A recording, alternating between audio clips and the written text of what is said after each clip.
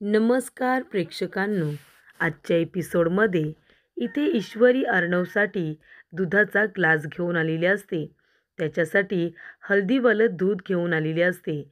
ईश्वरी म्हणते, "सर, घ्या, लवकर घ्या. तुमच्यासाठी हळदीवालं दूध घेऊन आली आहे. आता तुम्ही हे प्यायलात ना की तुम्हाला बरं वाटेल. घ्या ना सर." तेव्हा इथे अर्णव ईश्वरीच्या हातातून दुधाचा ग्लास घ्यायला जातो आणि त्याच्या आधी त्याला पटकन क्लिक होतं. तो ईश्वरीला विचारतो, की "तू दूध आणायला गेली होतीस माझ्यासाठी. दूध आणताना तुला कोणी बघितलं का?" तेव्हा प्रेक्षकांनो, इथे आता ईश्वरी म्हणते, "मला कोणी बघितलं का?" "हो सर, सगळ्यांनीच बघितलं. कारण सगळेजण बाहेर आहेत ना, गप्पा मारत बसले होते. म्हणजे खूपच जास्त अजब आहे ना सर? म्हणजे एवढ्या रात्री सगळेजण एकत्र बसून गप्पा मारतायत.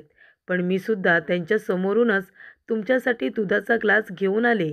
पण सर, मी कुणालाही कळू दिलं नाही हं, की तुमचा घसा बसलाय ते." सगळेजण म्हणत होते, दूध घेऊन जाते, इम्युनिटी स्ट्रॉंग होणार, इम्युनिटी वाढणार." पण मी काहीसुद्धा सांगितलं नाही की तुमचा घसा बसलाय म्हणून. त्यांच्या समोरूनच दुधाचा ग्लास तुमच्यासाठी घेऊन आले. तेव्हा इथे अर्णव म्हणत असतो, की "तुला काय करू मी? तुला कळतंय का तू काय करून ठेवलेस?" तेव्हा ईश्वरी म्हणते, "सर, काय झालं? तुमचं ना मला काही कळतच नाही आहे. तुमचा इतका आवाज बसलाय म्हणून मी जाऊन तुमच्यासाठी दुधाचा ग्लास घेऊन आले. ते सुद्धा कुणाला काही कळू न देता. तरीसुद्धा तुम्ही माझ्यावरती वैतागताय म्हणजे?" तेव्हा इथे अर्णव म्हणत असतो, "मी सिंदूर, तुला कळतंय का? तू माझ्यासाठी दुधाचा ग्लास घेऊन आलीस. त्या लोकांचा आता गैरसमज झाला असेल ना?" असं अर्णव आता खाणाखुणा करून सांगत असतो. तेव्हा ईश्वरी म्हणते, "म्हणजे?" तेव्हा अर्णव म्हणतो, की "तू माझ्यासाठी दुधाचा ग्लास घेऊन आलीस, रूम डेकोरेट केली आहेस, फुलं वगैरे आणली आहेस.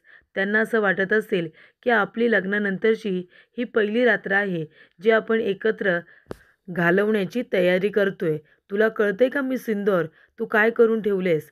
त्या सगळ्यांचा आपल्याबद्दल गैरसमज झाला असेल." तेव्हा ईश्वरी म्हणते, "अरे देवा, या गोष्टीचा तर मी विचारच नाही केला. म्हणून ते सगळेजण मला चिडवत होते का?" तेव्हा इथे ईश्वरी म्हणते, "देवा, काय करू मी? एक थँक मला खूपच जास्त महागात पडलेलं दिसतंय. एक थँक म्हणायचं होतं मला, तर एवढं महागात पडलं." तेव्हा इथे अर्णव ईश्वरीकडे बघतो आणि म्हणतो, की "तुला सुद्धा एवढं सगळं करायची काय गरज होती?" तेव्हा ईश्वरी म्हणते, "सर, तुम्ही माझ्यासाठी किती काय काय केलंत, म्हणून मला तुम्हाला फक्त स्पेशल थँक्स म्हणायचं होतं. तुम्ही काल त्या रिपोर्टरसमोर माझी किती बाजू घेतलीत, मला सावरून घेतलंत. मला ते खूप आवडलं. म्हणून मला तुम्हाला स्पेशल थँक्स म्हणायचं होतं." तेव्हा अर्णवला आठवतं, तो म्हणालेला असतो, की "माझ्या ईश्वरीची मनाची श्रीमंती माझ्या पैशात कधीच मोजता येणार नाही." आणि तेव्हा ईश्वरी खूपच जास्त इम्प्रेस झालेली असते आणि तेव्हा ती प्रेक्षकांनो अर्णवला इथे आता स्पेशल सँडविच बनवते, त्याचं फेवरेट, आणि त्याच्यावरती स्माइली वगैरे तयार करून त्याला थँक म्हणत असते. पण अर्णव तिला काही लक्षच देत नाही, तिला काही बोलतही नाही. तेव्हा प्रेक्षकांनो, इथे आता ईश्वरी अर्णवला इथे चिमटा वगैरे काढते. अर्णव तिच्यावरती चिडतो आणि सरळ तिथून निघून जातो. तेव्हा ईश्वरी काही बोलायला जाणार, अर्णव भयंकर चिडलेला असतो. तेव्हा ईश्वरी इथे अर्णवसाठी टिफिन घेऊन जाते आणि त्याच्यावरती सुद्धा तिने स्टिकी नोट्सवरती इथे "थँक सर" असं खूपच जास्त गोड लिहिलेलं असतं. त्यामुळे प्रेक्षकांनो, अर्णवला ही गोष्ट खूप आवडलेली असते आणि तो इम्प्रेस झालेला असतो. तेव्हा इथे अर्णव आपल्या मनामध्ये म्हणत असतो, की "मिसिंदोर, मला म्हणण्यासाठी तू कालपासून किती एफर्ट्स घेतलेत हे बघितले ना मी. त्यासाठी खूप किती सगळं हे क्यूट आहे, मी तुला सांगू शकत नाही. तू माझ्यासाठी जे काही केलंस ते मला खूप आवडलं." त्यानंतर प्रेक्षकांनो, इथे आता अर्णव ईश्वरीला म्हणत असतो, की "सिंदूर, तुला कळतंय का? कालपासून तू माझ्यासाठी खूप केलंस. या भडकूचंचा आवाज बनलीस तू." तेव्हा इथे ईश्वरी हसत्याने म्हणते, "हो सर, मी खरंच तुमचा आवाज बनले." तेव्हा अर्णव म्हणतो, "हो, तू खरं तर तू मला माझ्यापेक्षाही जास्त ओळखतेस." असं तो आता खाणाखुणा करून सांगतो. तेव्हा ईश्वरी म्हणते, "हो सर, मी तुम्हाला तुमच्यापेक्षाही जास्त ओळखते." तेव्हा अर्णव म्हणतो, "हो, आणि तेव्हा दोघेजण एकमेकांकडे खूपच जास्त प्रेमाने बघत असतात. तेव्हा ईश्वरी लगेचच अर्णवला भानावरती आणते आणि म्हणते की सर, आता दुधाचा ग्लास घ्या बरं आणि संपूर्ण दूध आता पिऊन टाकायचं आहे. पिऊन टाका बरं. तेव्हा प्रेक्षकांनो, अर्णव आता दुधाचा ग्लास हातामध्ये घेतो आणि आता दूध प्यायला सुरुवात करतो. कारण ईश्वरीने इतक्या प्रेमाने त्याच्यासाठी हळदीवालं दूध आणलेलं असतं, त्याचा आवाज नीट करण्यासाठी. त्यानंतर प्रेक्षकांनो, इथे आता ईश्वरी नेटवरती सर्च करत असते की गेलेला आवाज परत कसा काय आणायचा. एखाद्या फुलाच्या एलर्जीमुळे जर आवाज बंद झाला तर काय काय प्रयोग करायचे हे आता ईश्वरी अर्णवला सांगत असते. ती म्हणते, सर, मिळाला उपाय मिळाला. या बरं इकडे लवकर या. सर बसा ना, खाली बसा. आणि आता हा पाय तुमच्या ह्या पायावरती ठेवा. उजवा पाय डाव्या पायावरती ठेवायला सांगत ते हात आता मागे घ्यायला सांगते आणि पूर्ण बॉडी वरती उचलायला सांगते. तसं इथे अर्णव आता करत असतो. त्यानंतर तो म्हणतो, बास झालं, बास झालं आता. तेव्हा इथे ईश्वरी म्हणते, सर, आवाज परत आणायचा आहे ना आपल्याला. सर, फक्त 15 मिनटं तुम्हाला तसं बसायचं होतं, असं मान वर करून. तेव्हा इथे अर्णव म्हणतो, नाही नाही, ते मी करणार नाही, दुसरा उपाय सांग. तेव्हा ईश्वरी म्हणते, ठीक आहे सर, दुसरा उपाय सांगते तुम्हाला. आता तुम्हाला तुमचं हे डोकं आहे ना, ते खाली करायचं आहे आणि पाय वरती करायचे आहेत. तेव्हा अर्णव म्हणतो, काय, डोकं खाली आणि पाय वरती? हे तर मी अजिबात करणार नाही. तेव्हा इथे ईश्वरी आता म्हणत असते, बरं बरं ठीक आहे, आता तिसरा उपाय सांगते मी तुम्हाला. सर, तुम्हाला आता काय करायचं आहे, डोळे बंद करायचे आहेत आणि जोरात तुम्हाला इथे ओम असं म्हणायचं आहे. म्हणा बरं. तेव्हा अर्णव म्हणतो, आता ओम कसं म्हणू? घशातून जर माझ्या आवाजच येत नाही आहे तर ओम कसं काय म्हणू? तेव्हा ईश्वरी म्हणते, सर, अहो मग चौथा उपाय सांगते ना. सर, या ना, बसा इकडे. पण अर्णव काही तिचं आता ऐकत नाही. अर्णव सरळ आता तिथून निघून जातो. ईश्वरी म्हणत असते, सर ऐका ना, ऐका ना. पण अर्णव अजिबात तिच्याकडे लक्ष देत नाही. त्यानंतर इथे ईश्वरी म्हणते, सर, आता काय करू मी? तेवढ्यातच इथे राकेश म्हणत असतो की आता मला जे काही करायचं आहे ना, ते करायची वेळ आलेली आहे. आता इथे माझ्या हुकमाचा एक्का मला तर काढावाच लागेल. आता मी असं काहीतरी करणार आहे ना अर्णव, त्यामुळे अंजली, अर्णव आणि ईश्वरी या तिघांची सुद्धा झोप उडणार आहे. तिघेही आता स्वप्नातून बाहेर येणार आहेत रियालिटीमध्ये. आता बघाच मी काय करतो ते. त्यानंतर प्रेक्षकांनो, इथे आता ईश्वरी आणि अर्णव दोघेजण आता फेऱ्या वगैरे मारत असतात. आणि तेवढ्यातच इथे आता ईश्वरी म्हणते की सर, आपण काहीतरी वेगळं करूया ना. म्हणजे एक काम करा, नाहीतर तुमच्या डॉक्टरांना फोन करा. तुमचा आवाज गेलाय पण मला खूप वाईट वाटतंय. डॉक्टरांना फोन करा, ते जो उपाय सांगतील ना तो उपाय आपण करू. तेव्हा इथे आता अर्णव ईश्वरीला डॉक्टरांना फोन करून देतो. तेव्हा ईश्वरी म्हणत असते की हॅलो डॉक्टर, मी इथे अर्णव राजेश शिर्के बोलते. तर इथे ईश्वरी अर्णव राजेश शिर्के असं ती आपलं नाव सांगते. तेव्हा अर्णवच्या चेहऱ्यावरती गोड स्माईल आलेलं असतं. तेव्हा इथे ईश्वरी म्हणते की सर, डॉक्टरांनी सांगितले की तुमच्या ज्या गोळ्या चालू आहेत ना, त्याच्यामध्ये त्यांनी काही गोळ्या ॲड केलेल्या आहेत. तर मला त्यांनी गोळ्या लिहून दिल्यात आणि सांगितले की गोळ्यांचा लगेचच इफेक्ट होणार नाही, 2 दिवस जातील तुम्हाला बरं व्हायला.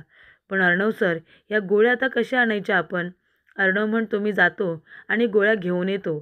तेव्हा ईश्वरी म्हणते, सर, पण बाहेर सगळेजण बसलेत ना, तुम्ही या वेळेला जर गोळ्या आणायला गेलात तर सगळेजण विचारतील ना तुम्हाला की तुम्ही कुठे जाताय म्हणून, आणि मग सगळ्यांना कळेल तुमचा आवाज बसलाय ते.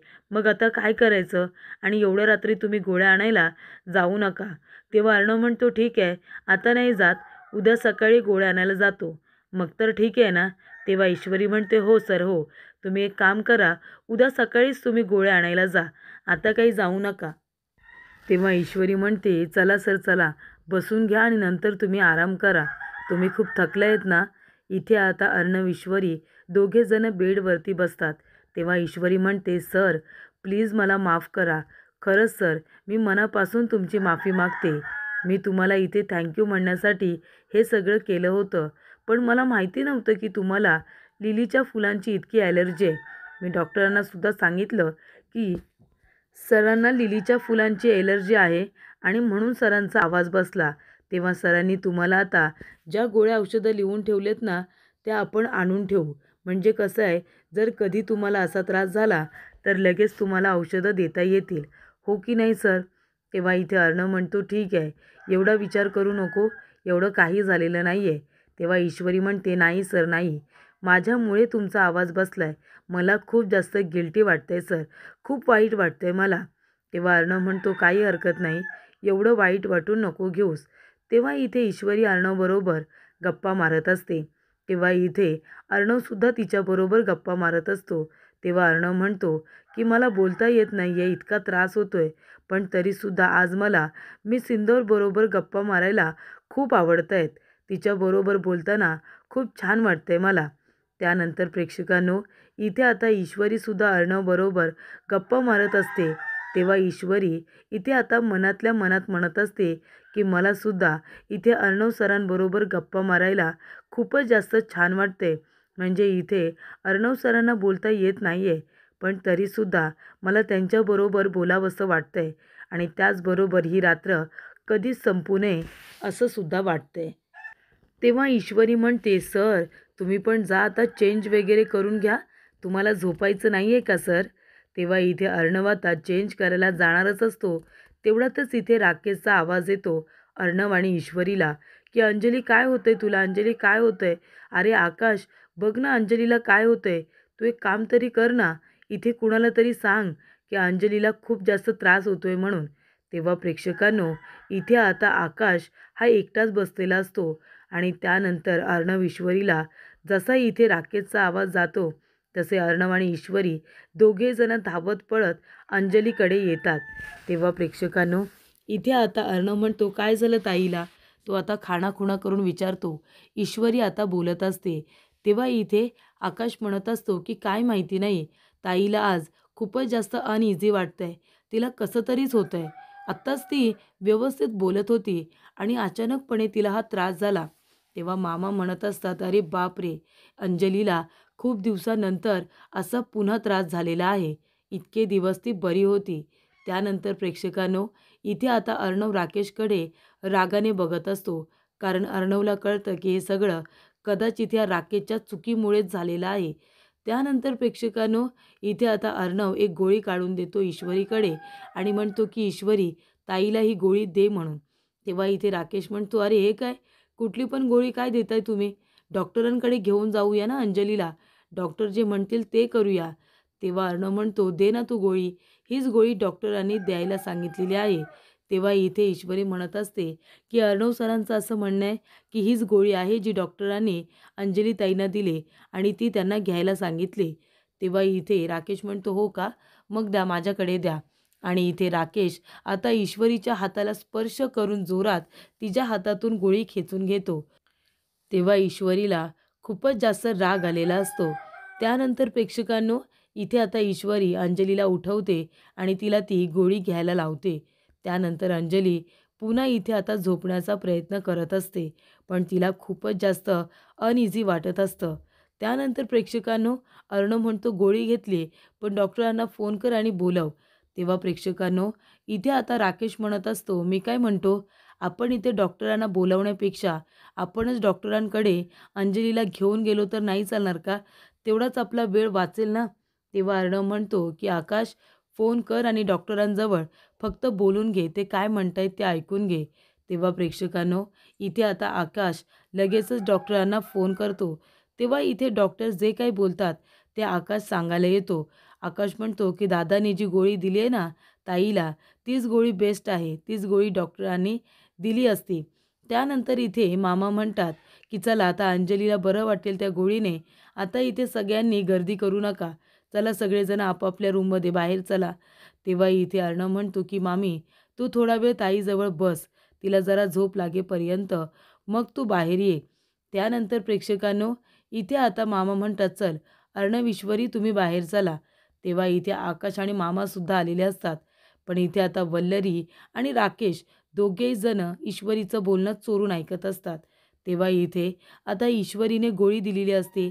ती म्हणते, "सर, तुम्ही अजिबात काळजी करू नका. अंजली ताईंना काहीसुद्धा होणार नाही आहे.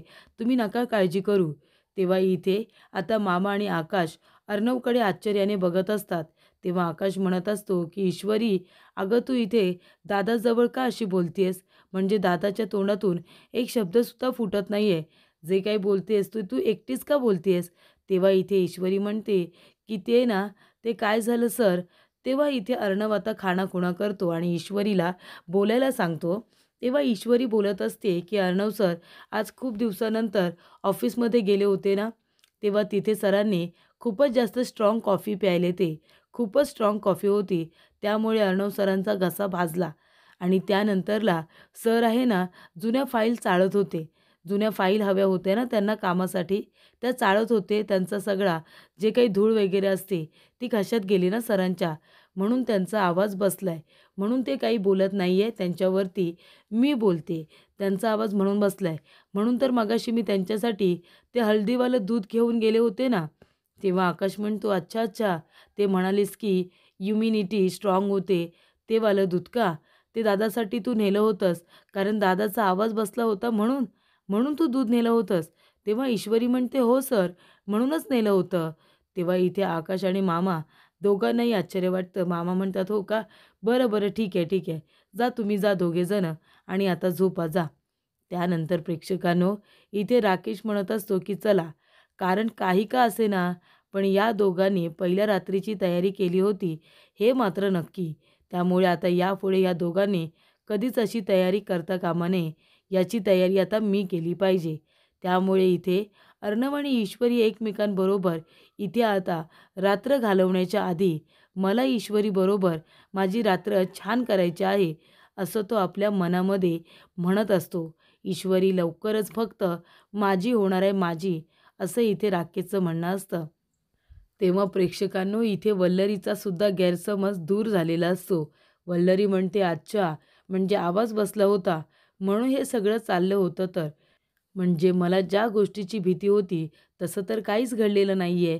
त्यामुळे ही आनंदाची बातमी मला सगळ्यात आधी लावण्याला द्यायला हवी, की या दोघांमध्ये असं काहीही घडलेलं नाही आहे." त्यानंतर प्रेक्षकांनो, पुढील भागामध्ये इथे आता लावण्य आलेली असते आणि ती म्हणत असते की यार, तू काळजी करू नको, प्रेझेंटेशन मी देईन. तू मला इथे गाईड कर, मुद्दे काढून दे, प्रेझेंटेशन मी देईन ना. तेव्हा इथे अर्णव म्हणतो की तुला प्रेझेंटेशन द्यायची गरज नाही आहे, तू गप्प बस. मी सिंदूर आहे ना, मी सिंदूर प्रेझेंटेशन देईल. तेव्हा ईश्वरी म्हणते, "काय सर, मी प्रेझेंटेशन देईन? पण हे सर कसं शक्य आहे? मला प्रेझेंटेशन देता येणार नाही आहे सर." तेव्हा इथे अर्णव म्हणतो, "गप्प बस तू. माझा तुझ्यावरती पूर्ण विश्वास आहे. तुझा आहे ना माझ्यावरती? आज मी जे काही बोलणार ते तू ट्रान्सलेट करायचं आहे." तेव्हा प्रेक्षकांनो, इथे आता ईश्वरी म्हणते, "सर, पण मला हे सगळं कसं काय जमणार आहे?" तेव्हा अर्णव म्हणतो, "जमेल, सगळं जमेल. तू अजिबात धीर सोडू नकोस." त्यानंतर प्रेक्षकांनो, लावण्याला भयंकर राग आलेला असतो. लावण्य म्हणत असते की "हे काय केलंस तू? सांग ना, काय केलंस? माझी जागा घ्यायला जातेस. माझ्याऐवजी तू प्रेझेंटेशन देणार." तेव्हा लावण्या म्हणते की "हे बघ ईश्वरी, आता तुझी अशी वाट लावते ना, की तुझं तुलासुद्धा कळणार नाही." त्यानंतर प्रेक्षकांनो, राकेश म्हणत असतो की "लावण्या, ईश्वरी जरी प्रेझेंटेशन द्यायला येणार आहे, तरीसुद्धा तिचं प्रेझेंटेशन होता कामा नये."